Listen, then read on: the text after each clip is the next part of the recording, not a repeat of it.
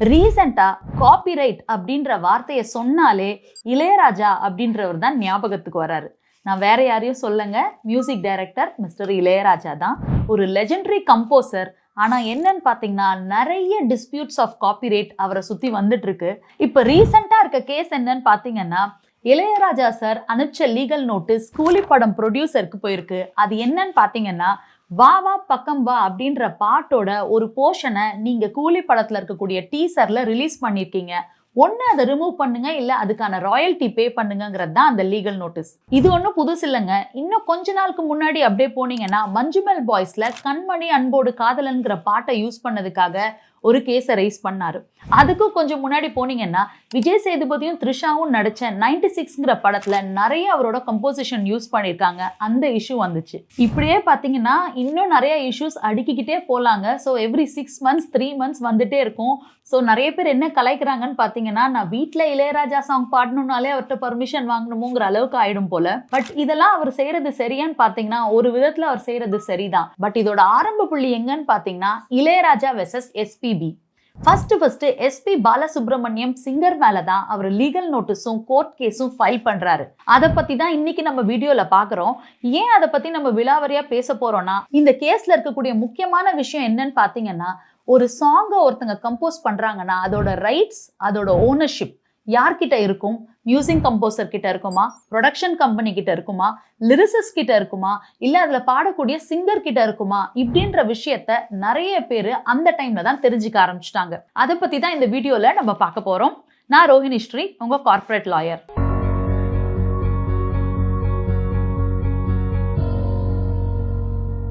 Ilaiyaraaja versus SPB. இதை பார்க்கறதுக்கு முன்னாடி எனக்கு ஒரு கியூரியாசிட்டி என்ன இருந்ததுன்னு பாத்தீங்கன்னா, ஏன் இளையராஜா சார் மட்டும் நிறைய பேர் மேல காப்பிரைட் கேஸ் ஃபைல் பண்றாரு, ஏன் AR Rahman sir copyright case file பண்ணல? இதுக்கான ஆன்சரை நான் கண்டுபிடிச்சிட்டேங்க. அதை இந்த வீடியோட எண்ட்ல நான் உங்களுக்கு ஷேர் பண்றேன். மறக்காம இந்த வீடியோவை கடைசி வரைக்கும் பாருங்க. SP Balasubrahmanyam a popular singer, எல்லாருக்கும் ரொம்ப ஃபேவரட்டான சிங்கர். 90sல இருக்க கிட்ஸுக்குலாம் பார்த்தீங்கன்னா இவரோட சாங்கை மிஸ்ஸே பண்ண மாட்டாங்க. எஸ்பிபி சாரும் இளையராஜா சாரும் பார்த்தீங்கன்னா ஒரு 30 இயர்ஸா ஒரு காம்போல நிறைய பாடல்கள் உருவாக்கி பாடியிருக்காங்க.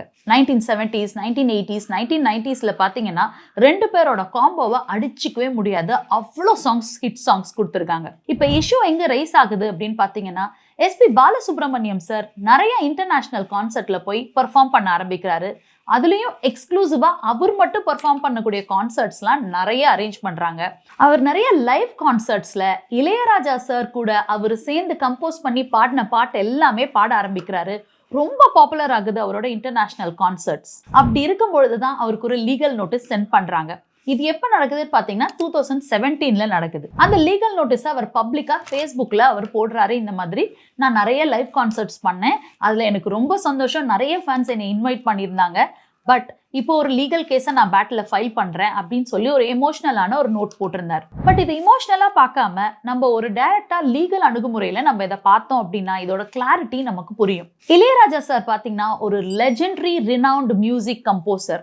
1970sல இருந்து 1990s வரைக்கும் பாத்தீங்கன்னா கிட்டத்தட்ட 1000 படத்துக்கு மேல 4500 சாங்ஸ்க்கு மேல அவர் கம்போசிஷன் பண்ணியிருக்காரு. அத்தனை சாங்ஸ்மே பாத்தீங்கன்னா இன்னைக்கு இருக்கக்கூடிய நியூ மியூசிக் கம்போசர்ஸ்க்கு மிகப்பெரிய இன்ஸ்பிரேஷனா இருக்கு. நாம கூட யாருமே அவரோட சாங்ஸை மிஸ்ஸே பண்ண முடியாது. அப்படி இருக்கும் பொழுது இளையராஜா சார் என்ன பண்றாரு, இப்படிப்பட்ட ஒரு மிகப்பெரிய ஒரு மியூசிக் கிரியேஷன்ஸை நம்ம பண்ணிருக்கும் போது அவர் தன்னோட ரைட்ஸை ப்ரொடெக்ட் பண்றதுக்காக அவர் ஒரு லீகல் நோட்டீஸை ஃபைல் பண்றாரு. அந்த லீகல் நோட்டீஸ்ல என்ன குறிப்பிடுறாரு அப்படின்னு பாத்தீங்கன்னா, இந்த சாங்கை நாங்க 1970s 80sல கம்போஸ் பண்ணிருக்கோம்.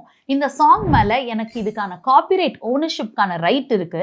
நீங்க இந்த பாடல்களை ஒரு கமர்ஷியல் பர்பஸ்க்காக பெய்டு ஈவெண்ட்ஸ்ல நீங்க பாடுறீங்கன்னா அப்போ அதுக்கான ராயல்டி பிளஸ் பெர்மிஷனை நீங்க வாங்கிட்டு பாடணுங்கிறது தான் அதுல கேட்ட வேண்டுகோள். சோ இது பாத்தீங்கன்னா லீகலா ஆக்சுவலி இட் இஸ் கரெக்ட். இந்த இடத்துல நம்ம முக்கியமா புரிஞ்சுக்க வேண்டியது என்னன்னு பாத்தீங்கன்னா, ஓனர் ஆஃப் த காப்பிரைட் யாரு, அவருக்கு என்னென்ன ரைட்ஸ்லாம் இருக்கு. ஒரு ப்ரொடக்ஷன் கம்பெனி ஒரு ஃபிலிமை ப்ரொடியூஸ் பண்றாங்க.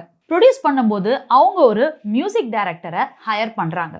அப்போ மியூசிக் டைரக்டரை ஹையர் பண்ணும்பொழுது அவங்க மியூசிக் ப்ரொடியூஸ் பண்ணுறாங்க. அந்த மியூசிக் அவங்க மட்டும் ப்ரொடியூஸ் பண்ணுறதில்ல, அதில் நிறைய எக்ஸ்ட்ரா பீப்புள் வராங்க. அதில் வந்து ஒரு கிட்டாரிஸ்ட், நிறைய வயலினிஸ்ட் இருப்பாங்க, அதில் லிரிசிஸ்ட் இருப்பாங்க. இந்த மாதிரி நிறைய பீப்புள் அந்த மியூசிக் கம்போசிஷனுக்கு கான்ட்ரிபியூட் பண்ணுறாங்க. ஸோ அப்படி இருக்கும் பொழுது ஒரு மியூசிக் கம்போசர் ஒரு மியூசிக்கை கம்போஸ் பண்ணும்பொழுது அதுக்கான காப்பிரைட்ஸ் ரைட் ப்ரொடக்ஷன் கம்பெனி கிட்ட இருக்குமா, இவர்கிட்ட இருக்குமா அப்படின்றத பார்த்தீங்க அப்படின்னா மோஸ்டா இந்த ரைட்ஸ் யார்கிட்ட இருக்கும் அப்படின்னு பார்த்தீங்கன்னா ப்ரொடக்ஷன் கம்பெனி கிட்ட இருக்கும்.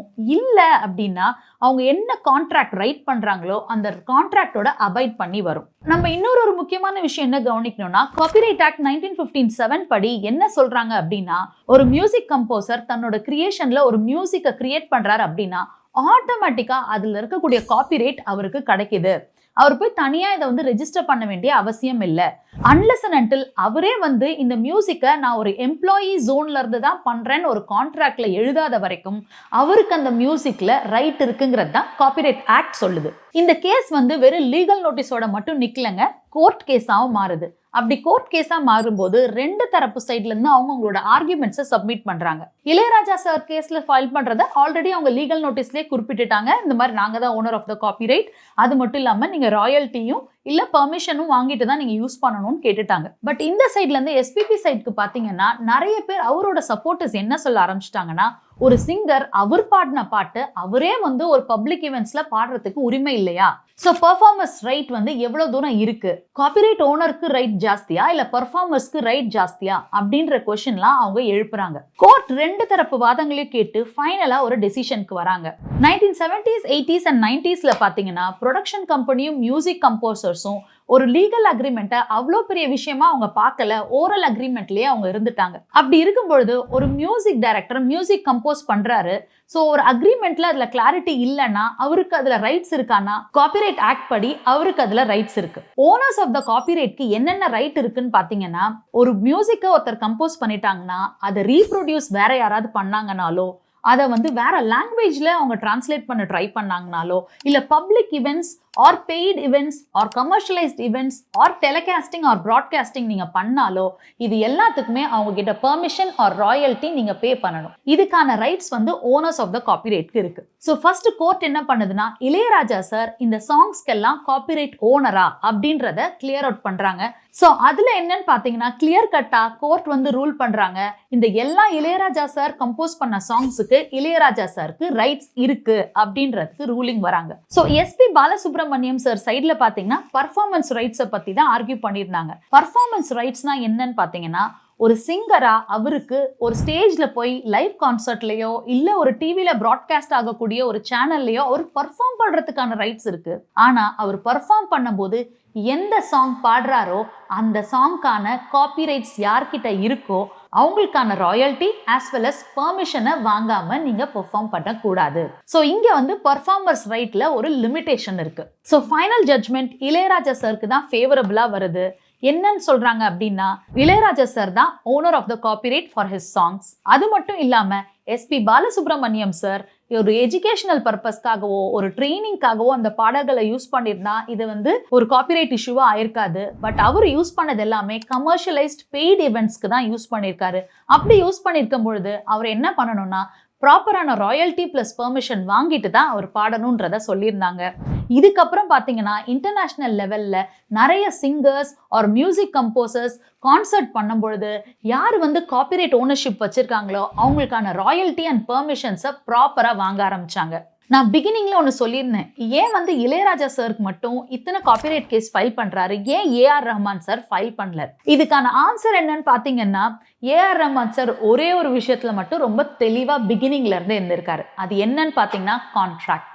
எப்பவுமே அவர் ப்ரொடக்ஷன் கம்பெனியோட கான்ட்ராக்ட் சைன் பண்ணும்பொழுது ஒவ்வொரு சாங்கும் நான் கம்போஸ் பண்ணும்போது அதுல எனக்கு ஈக்குவல் காப்பிரைட்ஸ் ரைட் இருக்கு அப்படின்னு சொல்லி அவர் மென்ஷன் பண்றாரு. ஸோ என்ன ஆகுது பாத்தீங்கன்னா, அவர் கம்போஸ் பண்ற எல்லா சாங்ஸ்க்குமே owner of the copyright production company as well as AR Rahman. அப்படி இருக்கும்பொழுது அவரோட சாங்கை வேற யாராவது யூஸ் பண்ணணும்னாலோ கமர்ஷியல் பர்பஸ்க்கு யூஸ் பண்ணணும்னாலோ ரெண்டு பேர்கிட்ட ராயல்ட்டியோ பெர்மிஷனோ வாங்கணுங்கிறத அதை தெளிவா பிகினிங்ல இருந்தே அவர் செயல்படுத்தியிருக்காரு. இதனாலதான் எங்களோட சேனல்ல பாத்தீங்கன்னா அடிக்கடி நிறைய விஷயங்கள் கான்ட்ராக்ட்ஸ் எவ்வளோ முக்கியம், அக்ரிமெண்ட்ஸ் எவ்வளோ முக்கியம், யார் யாருக்கு எவ்வளோ ரைட்ஸ் இருக்குங்கிறத நீங்க தெளிவா அதுல மென்ஷன் பண்ணிட்டீங்கன்னா ஃபியூச்சர்ல உங்களோட ஒர்க்கை வேற யாராவது காப்பி பண்ணார்னா உங்க கான்ட்ராக்ட் உங்களுக்காக பேசும். அடுத்த வர வீடியோல பாத்தீங்கன்னா இளையராஜா சார் அவர் கம்போஸ் பண்ண 4500 சாங்ஸ்க்கும் அவருக்கே ரைட்ஸ் கிடையாதுன்னு சொல்லி ஹைகோர்ட் ஒரு ரூலிங் கொடுத்திருக்காங்க. அதுக்கு எகென்ஸ்டா அவர் அப்பீல் போயிருக்காரு. அதை பத்தி டீடைல்டா நெக்ஸ்ட் வீடியோல டிஸ்கஸ் பண்ண போறோம். மறக்காம எங்க சேனலை சப்ஸ்கிரைப் பண்ணுங்க. நான் ரோஹினி ஸ்ரீ, உங்க கார்ப்பரேட் லாயர்.